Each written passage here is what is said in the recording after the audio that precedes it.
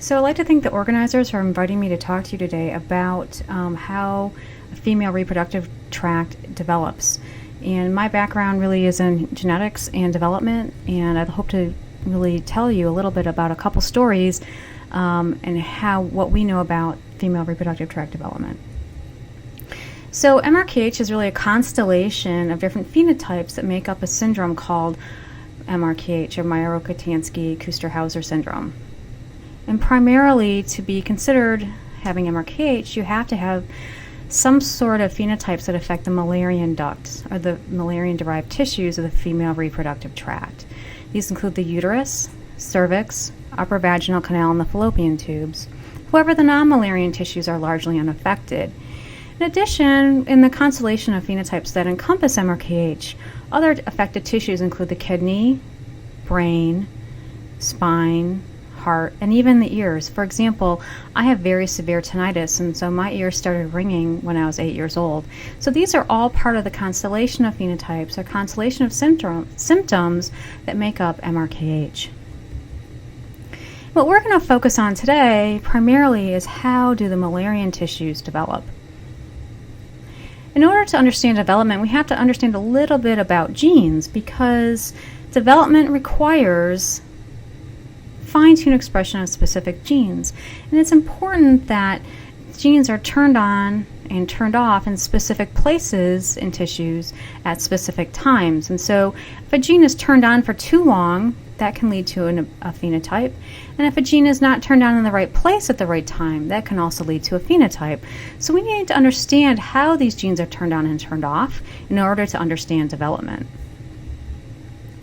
So mistakes in this process include germline mutations that can be passed on. So you can have a mutation in your gonads, so in your ovaries, in your oocytes or in your sperm. And those mutations, if they occur in the germline, can be passed on to the next generation.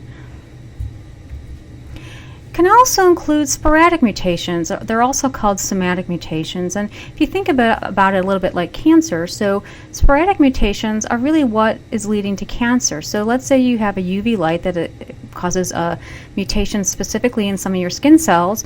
That leads to mutations in specific genes that causes them to be turned on and turned off in the wrong places in the wrong time, and that leads to cancer.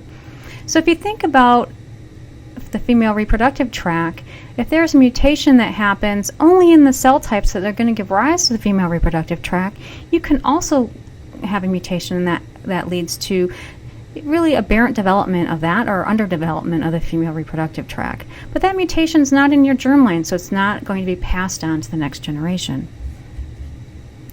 And they can also have regulatory mutations. And what a regulatory mutation is, it's a mutation in a region of the genome that determines when a gene is going to be turned on and turned off, and where that gene is going to be turned on and turned off.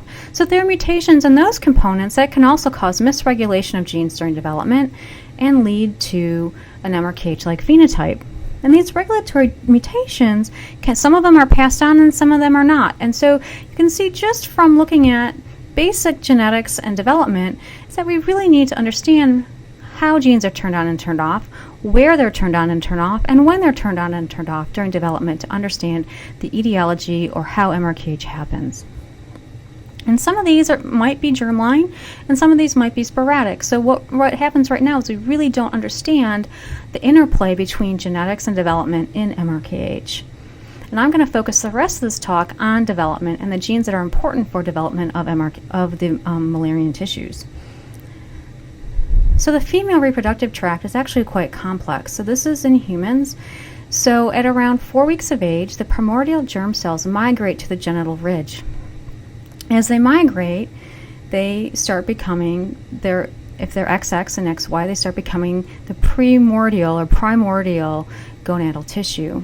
When it arrives at the genital ridge, though, it's entering a really interesting situation, because that both in males and females, both of us have a bipotential reproductive tract. And what that means is while we're developing in utero between 5 and 8 weeks of gestation, we have both Müllerian or female-derived tissues and Wolffian or male-derived reproductive tract. So all of us could either differentiate or turn into an adult that has a female reproductive tract or an adult that has a male reproductive tract. And it's really genes that determine if we're going to have a male or a female reproductive tract. So if male hormones are produced from the gonad, this will turn on genes that will promote development of the Wolffian ducts or the Wolffian-derived tissues, such as the seminal vesicle and the prostate. And it will lead to regression of the female-derived tissues. If there aren't any male-specific hormones, the opposite happens. The female-specific tissues differentiate into the uterus and vagina and cervix, while the male tissues regress, leading to an adult with a female reproductive tract. Now I'm going to show you a little bit how this happens in a cute little movie made by Dr. Luke Olney in the mid-2000s. So the green lines here are the Wolffian ducts, and they're connected to the primordial germ cells, the primordial gonads. And during this time in development, in addition to the reproductive tract, you'll see these pink lines with these yellow ends. Those pink lines are the ureters, and the yellow tips on those are the developing primordial kidney. So you can see that the female reproductive tract is developing at the same time the kidney is developing. The blue lines coming down are the Müllerian tissue, so you can see that they have intimate contact with the Müllerian system, and the white blobs really are the gonads. So as these Müllerian tissues grow and develop, the kidney's developing and the gonads are turning into a female gonad. You can see that the Müllerian tissues come together and fuse, leading to the formation of the uterus. At the same time, you see that those green lines disappeared, so the Wolffian ducts disappear as the Müllerian ducts are growing.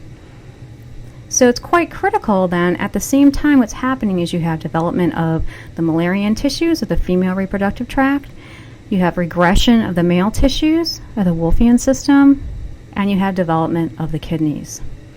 And so that's quite interesting because many women who have MRKH also have kidney phenotypes. So this is showing us that these are defects that are occurring during 8 to 18 weeks of gestation.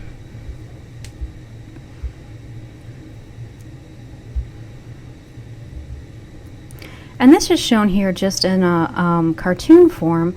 So at 9 weeks of gestation, the Müllerian tissues have come down and they've fused together. So those blue lines then here are red.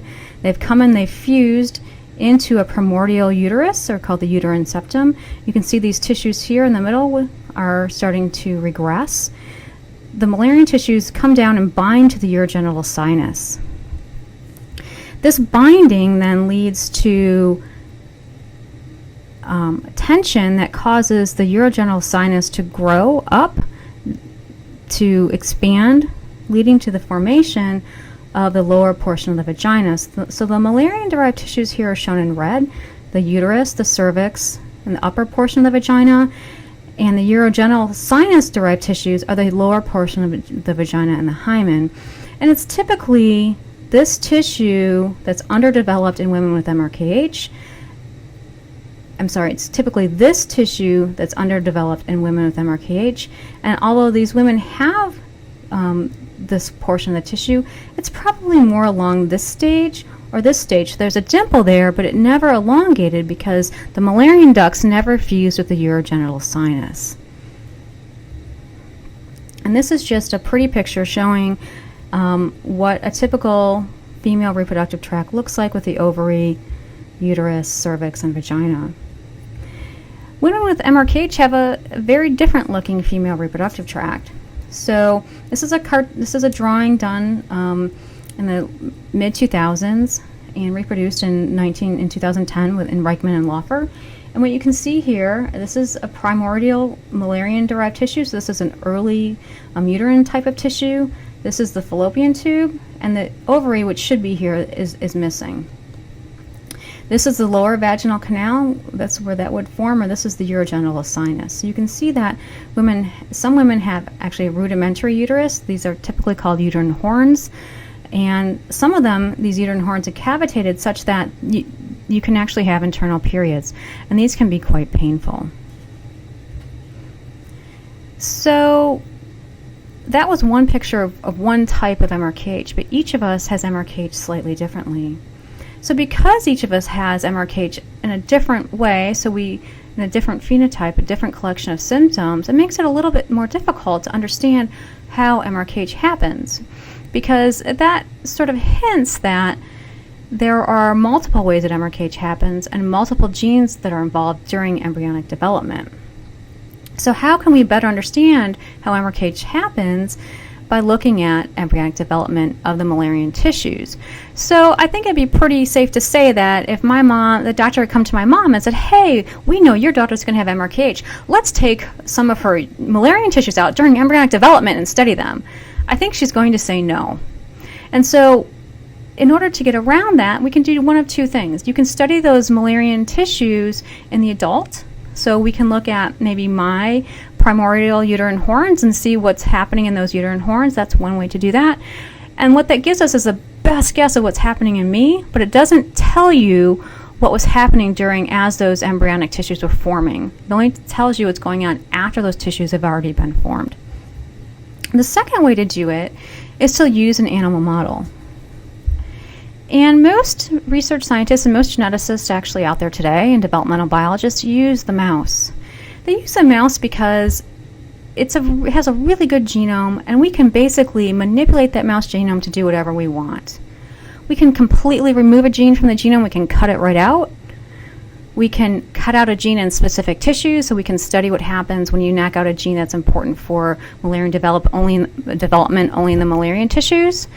We can knock out a gene in other tissues and see what happens. We can make a point mutation that mimics a human condition. And we can use this as a tool to help us better understand how the female reproductive tract develops. And this is a cartoon of the mouse reproductive tract.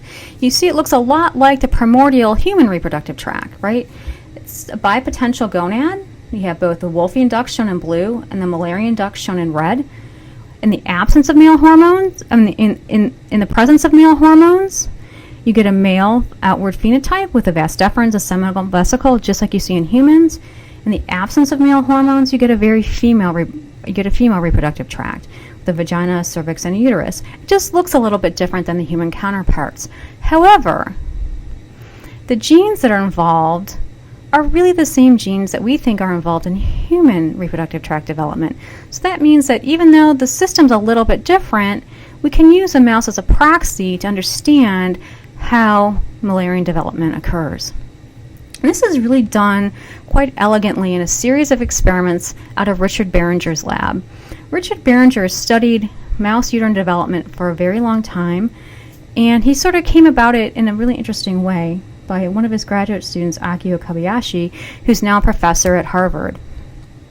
So what Akio did was kind of piggyback on a study that Bill Shawlett, a former postdoc with Richard Behringer, did.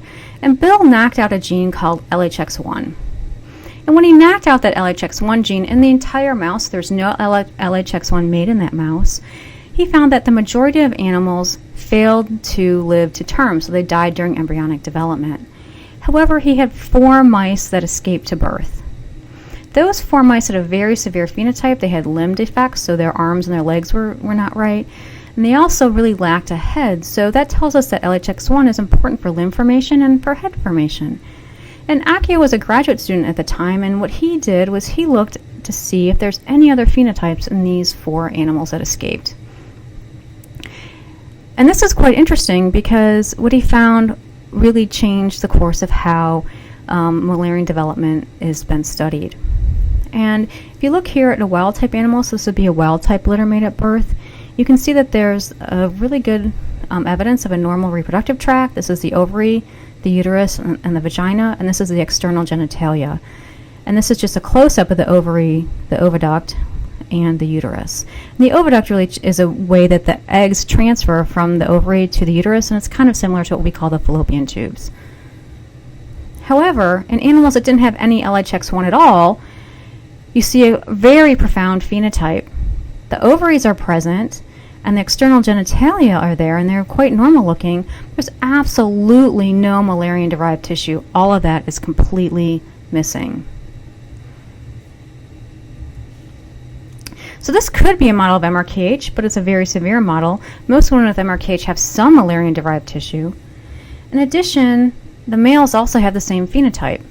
So this is kind of interesting, but it's also inconsistent with MRKH. But it's saying, hey, you know what? There's a gene out there that when we knock it out completely leads to a very severe form of Müllerian agenesis. So they could have left it at that, but Akio, what he wanted to do was determine what happens when you knock out LHX1 only in the male system. So you knock it out in the Wolffian ducts. So he looked at females, and this is a wild type animal. So this is the kidney here. So the kidneys look very normal. The ovary, the uterus, and the external genitalia. And this is a blow up down here, the ovary, the oviduct, and the uterus, showing a very normal presentation of the female reproductive tract. In contrast, when you knock out LHX1 entirely from the Wolffian ducts, you see a very interesting phenotype. So this is a kidney, and you can see that this kidney looks very cystic. In addition, it's very small. This other kidney here is quite small. The ovary looks fairly normal and consistent with a wild type animal. And the ureters here look fairly normal. There might be some phenotypes, but look, there's almost no uterine tissue, although the external genitalia are quite normal. And when you blow that up, you can look at a different animal. You can see that the ovary really is quite normal compared to the wild type, but the uterus here is a lot smaller. It's quite underdeveloped, and there appear to be constrictions in the uterus. So this is quite interesting. They then looked at males. This is a wild type male with normal kidneys here, normal ureter. This is the testis, and this is a blow up of the testis here, and the epididymis and the vas deferens. So these are the Wolffian-derived tissues in the males. And you can see when you knock out LHX1, you also get a kidney phenotype in males, and you get a very interesting Wolffian phenotype. You lack really the epididymis. It's missing. It's very much underdeveloped. And the vas deferens is also very much underdeveloped. When you look during embryogenesis, and you can look at expression of LHX1 in wild-type animals, you can see the Wolffian duct is present, then the Müllerian duct is present, and this leads to expression of LHX1 in the epididymis and the Wolffian duct, and this is the testis. This is what a normal animal would look like during embryogenesis. However, when you remove LHX1 specifically from the Wolffian duct, you see regression of this Wolffian duct, so it's very spotty here. And you can see that the Müllerian duct is not only smaller, there's constrictions in the Müllerian duct. So this is telling us that, and this results in, these are all males, by the way, and a testis that is severely underdeveloped for the epididymis and the vas deferens. So what this means is, when you remove LHX1 from male tissue, as expected, you get underdevelopment of the male reproductive tract, but unexpectedly, you also get underdevelopment of the female reproductive tract. And it turns out that there's a series of genes that that are expressed in the Wolffian tissues that are necessary for Müllerian tract development. And so LHX1 happens to be one of those genes. In addition, you get kidney abnormalities. This looks like it could be MRKH type 2, but it has a male phenotype as well. When you knock out LHX1 from the Müllerian tissues, and this is the next set of experiments that the Behringer lab did, is they said, okay, we've knocked it out entirely. We've knocked it out in the male reproductive tract. Now let's knock it out in the female reproductive tract and see what happens. And I just want to put a plug out for Richard Behringer, because he and I have talked about MRKH quite a bit and LHX1 over the years. And I think, he's committed to understanding how Müllerian tissues develop, and this is a really nice study done by his lab, and really nice set of experiments. So this is done several years later, and you can see the photography is much more advanced compared to the 2005 papers. So this is a neonate wild-type animal. So this is the ovary, the oviduct, or the fallopian tubes, and this is the uterus. This is a very typical-looking neonatal female reproductive tract. In the adult, you see that the uterus grows quite a bit. The ovaries become red, and that means that they're active and they're ovulating. And this is the oviduct. However, when you knock out LHX1 exclusively in the Müllerian tissues, you see a really interesting phenotype. The ovaries appear quite normal. They look very much similar to the wild-type littermates. However, the uterus is severely underdeveloped. There's very little uterine tissue here, and it just really looks kind of ghostly in comparison. And even in adults, you'll see that the ovaries are quite normal looking. They're obviously producing eggs and oocytes. However, the uterine tissue is still very underdeveloped. So when you remove LHX1 from the female tissues, you get typical male reproductive tract development. And I didn't show you those pictures, but the male reproductive tract actually is normal, with severe underdevelopment of the female reproductive tract and typical kidneys. So the kidneys actually are very typical in this particular knockout system. So it really looks like it faithfully recapitulates an MRKH type 1 phenotype. It really provides us an elegant method for understanding how MRKH occurs. So LHX1 actually appears to then be potentially an important player in MRKH. When you delete LHX1 in Müllerian tissues, you really recapitulate MRKH type 1 phenotype. When you delete LHX1 in Wolffian tissues, you get an MRKH type 2 phenotype in females, and the males are also affected, so that kind of throws you off quite a little bit. And when you delete LHX1 entirely, you get absolutely no reproductive tract development. So LHX1 really is a top candidate for genetic studies in humans. But in addition to LHX1, there are several other genes that are required for female reproductive tract development. And these include several genes that are important for body plan formation, like WNT4, HNF1B, PAX2 and EMX2. And PAX2 and EMX2 are actually quite interesting because they're expressed in the exact same tissues as LHX1. So it'd be quite interesting to do similar studies with what the Behringer lab has done with PAX2 and EMX1 to see if you also get an MRKH-like phenotype when you knock them out in Müllerian-derived tissues. In addition, WNT9B and various WNT and Hox genes are important for various functions in female reproductive tract development.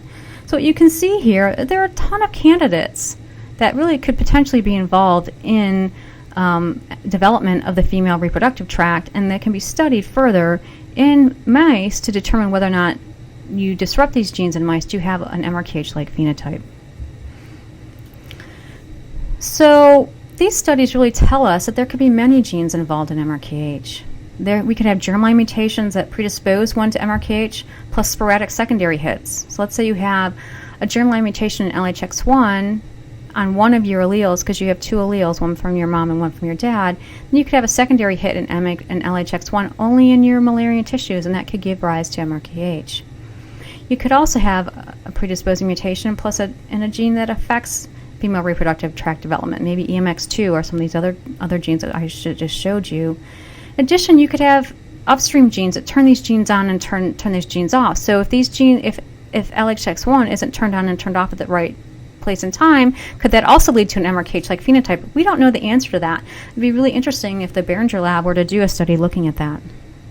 There could also be mutations on the DNA itself that affect when and where those genes are turned on and turned off. So those could be a primary sort of mutation happening in your own germline. So by using mice, we can actually help us understand and identify better candidates for MRKH, and really can help us understand developmental biology associated with the Müllerian system and help us better understand how MRKH happens. So I've said this multiple times, but each of us with MRKH has a very different phenotype. We all have MRKH our own way. So it's really going to be hard to find the cause. And it looks as if our mouse studies are telling us that there are probably multiple causes of MRKH, and some of them might be genetic and some of them might be sporadic or random. And the way MRKH happened to me is probably very different than the way MRKH happened in all of you. And I really want to thank everybody for allowing me to talk to you today a little bit about Müllerian development and introduce to you the topics of how genes are involved in embryonic development and why studying genes and genetics in MRKH is actually quite critical. So thank you very much, and I wish I were there to answer your questions, and I'm sure that there are some experts out there who can answer any questions you may have. Thank you.